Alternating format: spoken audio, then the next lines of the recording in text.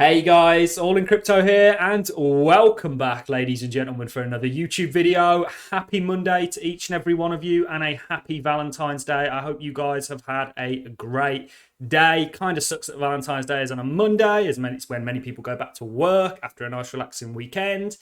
However, I hope it's been an enjoyable day. So today we're going to be diving into Cardano.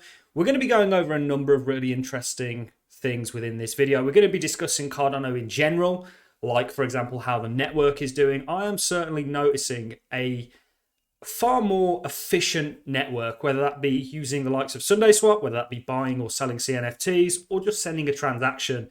It's taking place in far less time than it was just a couple of days ago, and we actually have another network update on the border of this epoch that we're moving into. So I think it takes place at around about 9:44 p.m. UK time or UTC. And this is going to see the chain actually scale a little bit more and get a little bit more efficient. Not only that, we are number one in terms of chain activity. That is over Bitcoin and Ethereum. It's only recently that we've been above Bitcoin, because Bitcoin really has the biggest user base. Ethereum also has a larger user base. And that's something I want to talk about in this video. There's a reason for quite a while now we've been backing Cardano, because for me, it's a third generation blockchain, Bitcoin being a first, Ethereum being a second. It's where crypto is trying to go. They've done things the right way, and I think they're going to do very well as a result of this. And that is currently where they are today. They're number one in terms of transaction volume today, with just about 5 or 6, potentially 5 dApps, or DeFi dApps, I should say, actually running. So there's a huge scope for improvement and increased chain activity. Things are just heading in the right direction, ladies and gentlemen. And what I want to talk about, you guys remember back in September last year, we spoke about the fact that a Grayscale report had essentially mentioned that Cardano was undervalued relative to Ethereum. They essentially say Cardano is undervalued in general. I'm going to be going over and bringing that up again today in this video. An introduction to Cardano. Now, what we're going to be doing is we're going to be scrolling down to the section where they actually compare ADA to both Bitcoin and Ethereum, and read sort of what they're saying about it, and which really suggests that Cardano is actually undervalued in comparison with Ethereum and Bitcoin. And in actual fact, you know, people often say it's a very moon boy-ish outlook for me to be calling price predictions such as $7.50 to $10. 2021 didn't end in the way that we thought it was going to, but I'm still as confident as I can be, and remember guys, I could be wrong and this is not financial advice, that one day Cardano will have Ethereum's market cap, which right now, given the fact that we're 35 billion, would be roughly a 10x. In fact, pretty much Cardano 10x in terms of market cap, which would give us a $10.50 Cardano price. I think that is a reality that we're moving towards. I just think it's a matter of when, not if. Could be completely wrong, just my own opinion. Take of that what you will. But given how well Cardano is coming along, given how early we are within that development, you know, it's a very positive outlook that I have for ADA. So let's get into it all. That was a bit of a long intro. First of all, big thank you to each and every one of the delegators staking with the All in Crypto stake pool. All in is the ticker. We're now at 1.8 million Cardano, as we're seeing quite a few of the people who had left to go and do the SundaeSwap ISPO return home, if you will.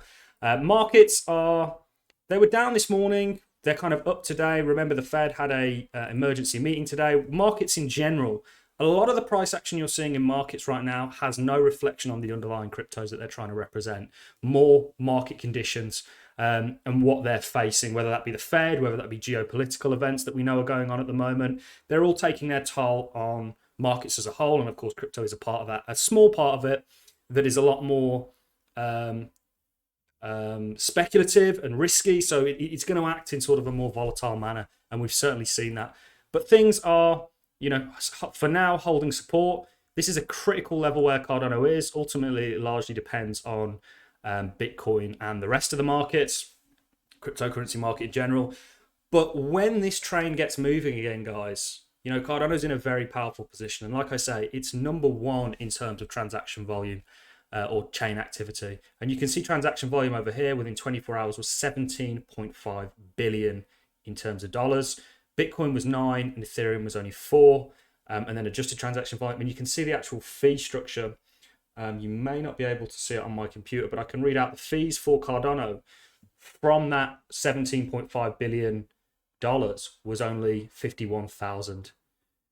So it's a portion of that overall transaction volume was actually fees, a very small portion. Certainly when you compare that to Bitcoin and Ethereum, Cardano is a significantly cheaper chain to use. Now, there are some cheaper ones out there. Some chains, are extremely cheap, but one thing you get with ADA is an overall package. You get the kind of trilemma being sold as a trilemma. They're not trying to really trade things off. They're trying to maximize each area, whether that be security, scalability. They're doing things in the right kind of way. I want to cast you back to an article that was published on, let's find out exactly when it was published, September 2021. Now, this was round about when Cardano was at all-time highs. And Grayscale essentially wrote this article called An Introduction to Cardano. And at one point in the article, they compare Cardano to the likes of Ethereum and Bitcoin. And you can see from their conclusion back then, it was that Cardano was undervalued given what they're actually doing. So ADA cryptocurrency, the Cardano network has successfully settled over 1.6 trillion in on-chain transaction volume over the last 12 months. This payment value occurred after the mainnet version of Ouroboros POS proof of stake went live with the Shelley upgrade in July 2020, which some may view as a very important indicator of how the network's security. So Ouroboros is our proof of stake consensus, and you can see you've got Bitcoin in the pink line, you've got Ethereum in the sort of turquoise line, and then you've got Cardano at the bottom.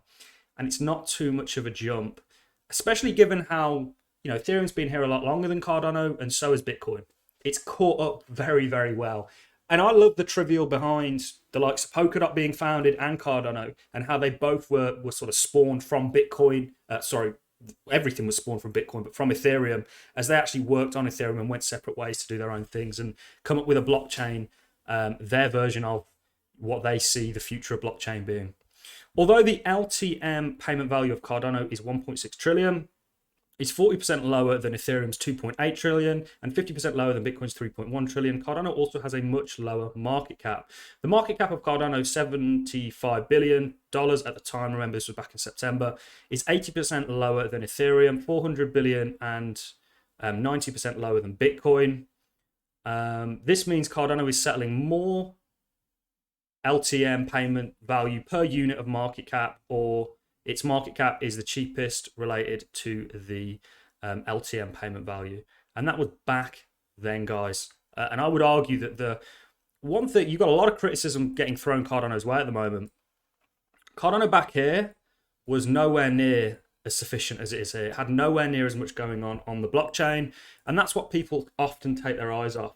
They're so focused on price. And I understand it, guys. I'm an investor in this market as well, and I don't think there's any issue with being focused on price. But price comes from the underlying asset and what it's doing, and the merits that it does or doesn't have. Eventually, now we know there's going to be chop and markets, and people need to understand that. But there's a lot going on and being built around us that people just aren't paying attention to. And I've certainly noticed Cardano as a blockchain, in terms of me using it on a day-to-day basis, has become a lot more efficient. You can see here the load has actually decreased. This, in my opinion, is going to go down again, given the sort of parameter updates that are being faced. I think they're increasing the memory in the Plutus scripts. Not as much as they have previously, but still, it's an improvement. This is going to come down again until we get a lot more of those dApps launching. And remember, we've only got 5 out of hundreds that are coming, guys. So I'm very, very excited. It's good for me to keep making these videos, I think, because some people take their sort of eye off the ball. They get very disheartened given the price action. I'm right there with you guys. I'm hodling through this market, holding all of my Cardano. And I'm doing that for a reason. If I honestly thought, and there's always the outcome that I'm wrong and the markets play out and take a different turn. And we've seen over the past couple of weeks, just the unpredictability of markets, and how, at the moment, we've got lots going on with the Fed, with Russia, and so on and so forth. It's all taking its toll. But I'm a happy hodler here. In fact, I'm a happy accumulator here, and we'll see what the future brings. But I absolutely think towards, Could be a year down the line, could be 10 years down the line, could be 5 years down the line, could be 1 year down the line, 2 years down the line. I don't think it's going to be that long, in my personal opinion. I think, we could see this, if things go in the right direction, if we start to get regulatory clarity and so on and so forth, and this market really picks up and gets adopted by Wall Street, which we're seeing the early signs of now, you could be there, in a matter of no time, sort of where Ethereum's market cap is today. And that's a 10x for Cardano, which would put the price at $10.50. I think that's a reality that we're moving towards. So that is really all I have for you in this video. I didn't want to make it too long. I'm sure many of you have got dates and whatnot planned for tonight. So yeah, that's all I have for you guys. I'm going to love and leave you on that note. I will leave a link to this article in the description. It's an old article, but I still think it's as relevant now as it ever has been.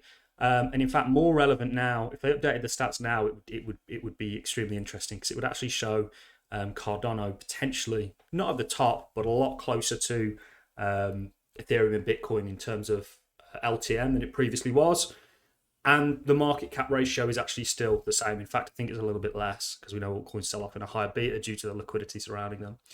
So that's it, guys. I'll love and leave you on that note. Remember, we do have the All-In Crypto Stake Pool. All-In is the ticker for anybody looking to stake their Cardano. And I will see you all in the next YouTube video, guys. Thank you very much for watching. Enjoy your Monday evenings.